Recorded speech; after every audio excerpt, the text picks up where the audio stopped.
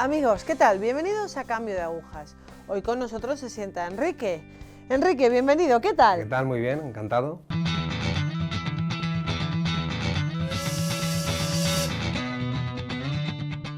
Bueno, pues ¿te puedes presentar un poco? Decirnos... Mi nombre es Enrique, ¿vale? Tengo 43 años, estoy felizmente casado y tengo 2 hijas preciosas. Vale, tu familia, tu infancia, ¿nos podrías contar un poquito? Pues sí, mi infancia la tengo con muy buen recuerdo. Mis padres, bueno, mi padre perteneció a una orden religiosa, él fue fraile de la Orden de San Juan de Dios y bueno, el Señor hizo que saliera de la orden, que conociera a mi madre y bueno, pues la historia continúa. Eso nos ha hecho a todos, desde pequeños, pues estar muy cerca del Señor, aunque cada uno tomó su camino de una manera distinta y bueno, pues siempre hemos estado muy vinculados. Mis padres preparaban matrimonios para casarse, estuvieron también en algún movimiento y bueno, siempre hemos estado en casa vinculados al Señor. Tu adolescencia, ¿hubo algún momento en que te alejaras de Dios? Pues sí, no lo vamos a negar, ¿no? Termina la comunión, seguimos yendo a misa los domingos, incluso en algún momento pertenecemos al coro parroquial, pero llega la adolescencia y bueno, pues se nos nubla la cabeza y bueno, pues nos apartamos. Nos apartamos del Señor y hasta mi momento de conversión, como yo le llamo, ¿no? Pues sí es cierto que no es un apartarse 100% o radical, ¿no? Yo desde pequeño siempre he rezado por las noches y eso ha continuado siempre, toda mi vida, ¿no? Entonces, en mi corazón había un huequecito en el que siempre estaba Él, pero no lo exteriorizaba o no, digámoslo como que no practicaba, es la palabra que lo resumiría, ¿no? Hasta el Señor siempre nos ha acompañado y su puerta ha estado abierta hasta que nosotros hemos querido entrar. Vale, en un momento dices que te alejas del Señor, bueno, quizás la adolescencia nos nubla un poco la cabeza. Correcto. ¿Nos puedes explicar un poco más cómo fue ese momento? Pues sí, pues ese momento en el que empiezas a salir un poco por la noche, en que empiezas a moverte en unos ambientes en los cuales pues, bueno, no te llevan por buen camino, ¿no? Entonces, tienes una sensación como que estás haciendo algo de manera obligada, porque no te llena, en el fondo no es lo que buscas, pero lo haces, ¿no? Y sí es cierto que ahí muchas veces, ¿no? Todo lo que has visto, yo he visto en mis padres, por ejemplo, ¿no?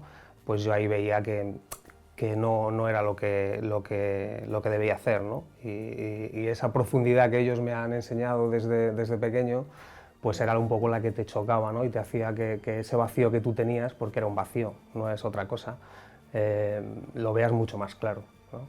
Entonces, sí es cierto que cuando estás en ese momento no te das cuenta, ¿no? Y seguro que habrá mucha gente que esté pasando por ello ahora mismo y no lo piense, ¿no? Entonces sí sería bueno que lo pensaran y que maduraran un poco esa visión que yo tuve, por ejemplo, ¿no? Y que te haga ver que el Señor está contigo, que te acompaña, que te puedes agarrar a Él perfectamente y que puedes salir de cualquier sitio en el que estés, ¿no? Porque es así. Vale, en ese momento de adolescencia experimentas ese vacío, pero ibas, no sé, a bodas, comuniones, entierros. ¿Pisabas la iglesia? Sí, en esos momentos pues lo típico, ¿no? Que todos llamamos, ¿no? De bodas, bautizos y comuniones son los momentos en los que te acercas, ¿no? Y bueno, pues no te paras un poco a ver lo que realmente tienes que ver, ¿no? Simplemente pasas el momento y ya está. Sí es cierto que yo es que no tenía que ir a la iglesia para vivirlo, porque es que en mi casa se vivía el día a día, ¿no? Mi abuela era una maravillosa mujer que rezaba el rosario todos los días, ¿no? Entonces estábamos mamándolo desde casa, ¿no? Y bueno, y mis padres, ¿qué te voy a contar, ¿no? Ellos iban a misa continuamente, ¿no? Pero tú estás en un momento, en una situación en la que te creas, yo creo, ¿no? tu propia fe, ¿no? Ese es un mal endémico que tenemos hoy en día, ¿no? Y te crees que es la fe verdadera, ¿no? Entonces, sí es cierto que tienes ese pequeño rechazo a la Iglesia como tal, como institución, ¿no? Y dices que no es necesario ir. ¿Pero te pasa algo con la Iglesia? ¿Reglas, normas? ¿Te pasa algo con ella? No, yo creo que no es que me pasara nada directamente con la Iglesia, ¿no? Pero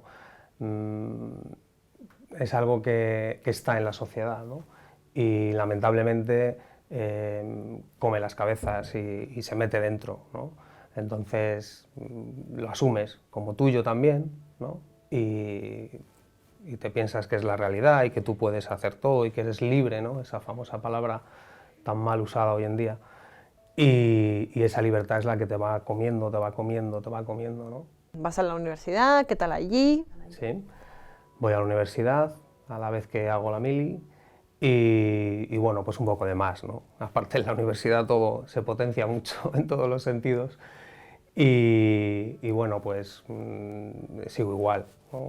Vas a la iglesia de vez en cuando y sigues con tu ritmo de vida y con tu fe popular, como yo la llamo, y no te paras a más, ¿no? Sigues en tu mundo, sigues en tu vida, te piensas que puedes hacer todo lo que quieras y que lo vas a conseguir todo sin más, ¿no? Tu vacío sigue dentro. Vale, ¿llenabas ese vacío con algo? Bueno, en el mundo de la noche puedes hacer muchas cosas, ¿no? Pero no era nada especial no, era simplemente el ritmo que llevabas y que te hacía salir, te hacía entrar y nada más. Yo estudiaba y bueno, pues era un poco la dinámica del día a día. ¿Cómo conoces a tu mujer, Enrique? Bueno, pues a mi mujer la conozco probablemente desde que tengamos 3 o 4 años, ¿no? Porque íbamos al colegio juntos y entonces la he conocido pues desde que muy pequeñitos, ¿no? Lo único que yo me marcho a vivir a otro sitio, ¿no? Porque vivíamos incluso en la misma urbanización y todo, y no es hasta que pasan muchos años que en unas fiestas en donde vivíamos, pues nos volvemos a cruzar, ¿no? Y desde ese día pues hasta hoy. Intuyo que estáis casados por la iglesia. ¿Cómo es esto si no la pisabas? Pues pasa algo muy curioso, ¿no? Te lo he dicho antes, ¿no? Yo rezaba todas las noches y nuestra primera noche de bodas, cuando nos metemos en la cama, lo primero que hacemos es que nos quedamos los dos mirándonos así como un poco cortados y nos ponemos a rezar, ¿no? Entonces esa señal ya fue bastante importante para los dos, ¿no? Y bueno, pues a raíz de ahí no dejamos de hacerlo, efectivamente, ¿no? Pero no dábamos un paso más allá, era eso simplemente, lo que rezábamos los dos juntos y hasta ahí, ¿no? No dábamos el paso. Vale, ¿y la boda por la iglesia, por tradición? Sí, la boda por la iglesia por tradición, o sea, los dos teníamos llámale tradición, pero con un sentimiento interno, ¿no? Pero a mí lo que el peor recuerdo que tengo, no peor recuerdo, sino ese mal sabor de boca que me queda es no haber vivido mi boda como la debería haber vivido, ¿no? Pues como decía Pablo VI en su encíclica, ¿no? Que no nos hagamos simplemente receptores de sacramentos, ¿no? Y en esa época pues era lo que vivimos simplemente, ¿no? Recibimos el sacramento pero sin vivirlo en sí. Y bueno, eso culmina con el nacimiento de nuestras hijas, ¿no? Y entonces con la comunión de la mayor, ¿vale? Pues ahí es donde se produce principalmente nuestra conversión o nuestro cambio de agujas. Vale, solo para ir un poco más atrás o por lo menos concretar un poco más, ¿a qué atribuyes este cambio? Porque si rezabas todas las noches, bueno, ¿por qué rezabas todas las noches? ¿Qué te llevaba a ti a hacer rezar todas las noches? ¿Pensabas en algo de esto, en algo de conversión, de cambio de agujas, de encontrarte con el Señor? Pues no es que pensara, es que él salía del corazón. Yo no pensaba por qué lo hacía, ¿no? Pero me salía del corazón hacerlo. Por eso es por lo que lo hacía. Y no lo he dejado de hacer nunca. Vale, estábamos en el momento de la catequesis del alba. ¿Qué pasa allí? Bueno, pues en la catequesis de alba nosotros éramos uno más, ¿no?, de los que llegaban allí, y dejábamos a nuestra niña y nos íbamos. Puede ser al bar de enfrente o a hacer la compra, ¿no? Seguro que muchos se sienten identificados. Claro, la catequista que tenía la niña era una catequista, una mujer muy mayor, ¿no? Y los niños en esa edad, pues ya sabes cómo son. Entonces, de vez en cuando, a ver si me puede ayudar a alguien, tal. Y bueno, pues empezamos a ir a la clase de catequesis con ella un poco para ayudarla. Y alguna que otra vez, pues ella no venía, ¿no? Y entonces, pues, o me quedaba yo o se quedaba mi mujer, ¿no? La niña cada vez demandaba un poco más. Oye, papá, me gusta que habléis, me gusta que leáis, me gusta que... Entonces esto lo vio el sacerdote, ¿no? Y una vez se reunió con nosotros y nos habló, ¿no? Y nos dijo que viviéramos la comunión de nuestra hija como realmente la tendríamos que vivir y sentir, ¿no? Y bueno, pues nos apunta a un cursillo de cristiandad, ¿vale? Y a raíz de ahí, pues ha sido una felicidad. El Señor entró en nuestra vida plenamente. Nuestras hijas viven en la fe y para nosotros es un regalo que, bueno, estaremos eternamente agradecidos a ello. Vivir la fe en familia es una maravilla, ¿vale? Vale, pero la catequesis, ¿qué pasaba? Porque claro, te la daban así, toma, hoy tú llevas la catequesis. ¿De qué hablabais? Bueno, yo, como te he dicho antes, lo he mamado siempre desde pequeño, ¿no? Entonces, mis padres pertenecían a un movimiento que era Encuentro Matrimonial y hacían muchas actividades, ¿no? Entonces, siempre hemos estado en contacto con ello, ¿no? Y siempre mi abuela me ha contado, algo sabíamos, ¿no? Y bueno, pues hablábamos un poco de cuál había sido nuestra experiencia y intentábamos que los niños pues la vivieran como lo mejor que pudieran, ¿no? Y eso es un poco lo que les contábamos, ¿no? Hacerles sentir un poco que el Señor estaba vivo. Vale. ¿Y tú en estas catequesis, al ayudar, sentías que, no sé, te ibas metiendo poquito a poquito y Jesús se iba metiendo poquito a poquito en ti? Tú al vivir esas catequesis veías que algo internamente te decía que querías más, ¿no? que necesitabas más, ¿no? Y por eso la oportunidad que nos brindó este sacerdote pues, fue maravillosa para nosotros, ¿no? Porque nos faltaba mucho, o sea, muchísimo, ¿no? Y a través de ese camino pues, empezó a llegar ese conocimiento que no tienes, ese enamoramiento que es enorme, sobre todo en los primeros pasos, ¿no?, que das, y sí, lo sentíamos mucho. ¿Fue en el momento en el cursillo? ¿Fue en otro momento? ¿Nos puedes contar? No, quizás no fue el cursillo en sí, ¿no? El cursillo te ayuda mucho, hay que reconocerlo. Pero no fue a lo mejor solamente el cursillo, no fue en el cursillo, ¿no?, donde más lo sientes. El cursillo fue el comienzo. Después del cursillo, pues bueno, vamos a nuestra parroquia, porque ellas hicieron la comunión en otra parroquia, no en la nuestra, donde nosotros vivíamos. Entonces luego vamos a nuestra parroquia y empiezas a tener vida parroquial, que es muy importante también, ¿no?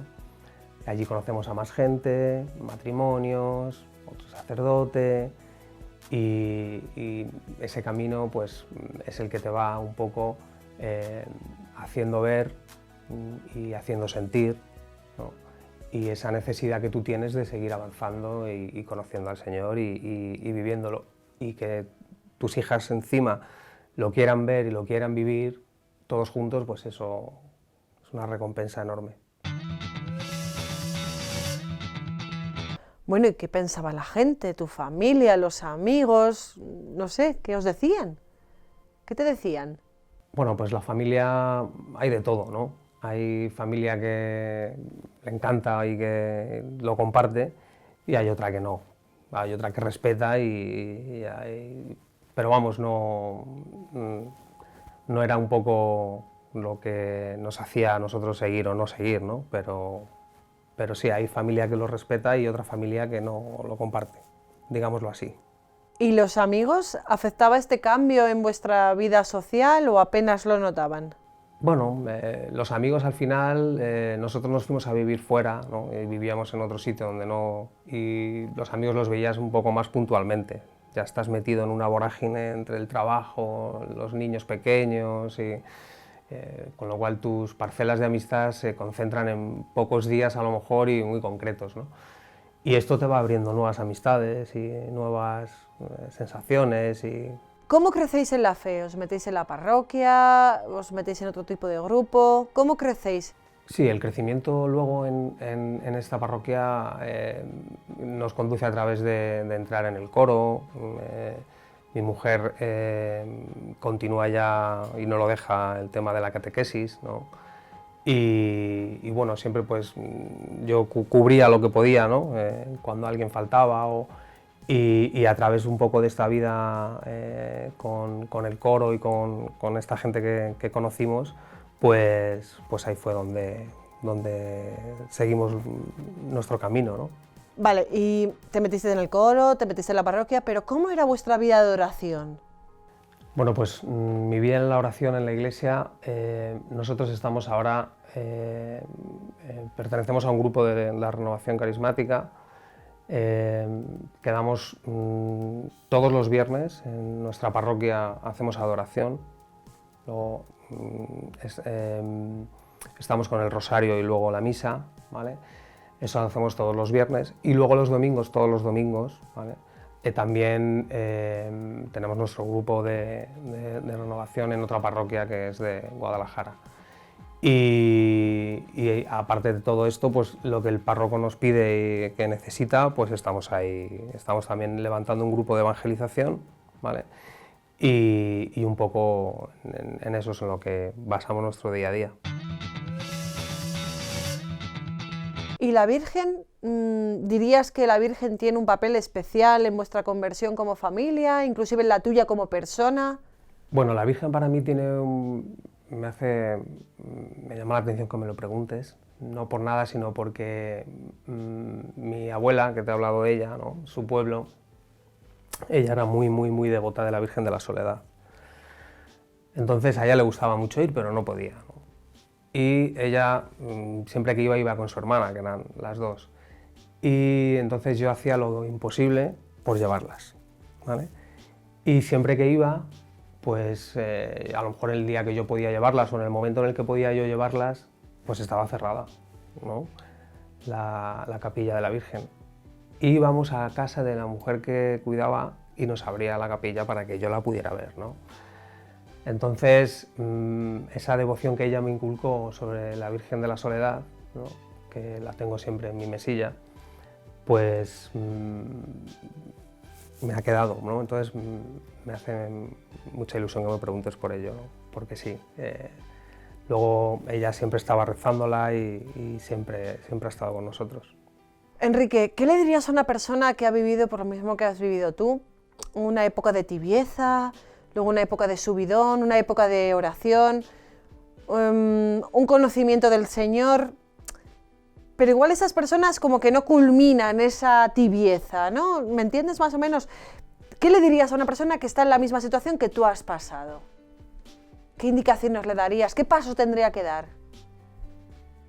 ¿Cómo tendría que llevar a cabo esa evangelización en sí mismo, en los demás? Yo creo que una parte muy importante de la evangelización, para que le pongamos nombre, ¿no?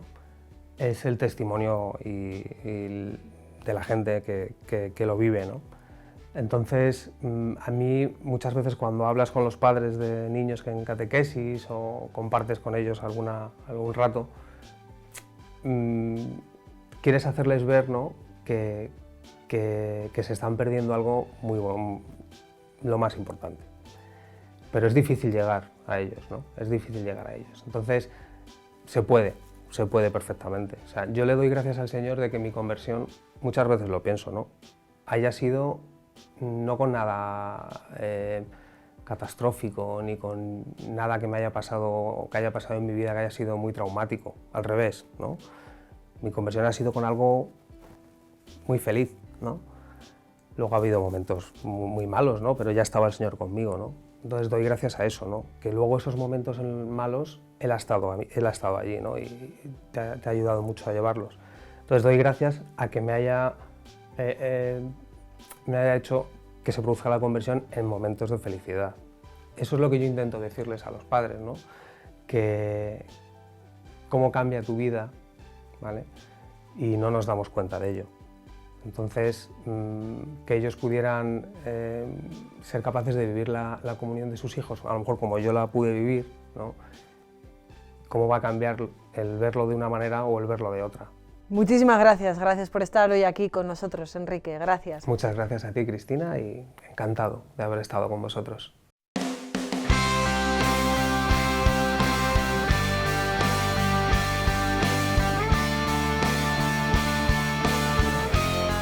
Amigos, el Señor nos toma de las manos y nos lleva, y por ello debemos estar siempre, siempre, siempre agradecidos, porque nos sitúa en un momento de nuestra vida, porque Él tiene un plan para nosotros, no somos nosotros los que tenemos el plan para uno mismo, sino que el Señor es el que ha trazado un plan, un camino para nosotros. Así que nos coge de la mano y debemos confiar en el Señor. Gracias por estar ahí.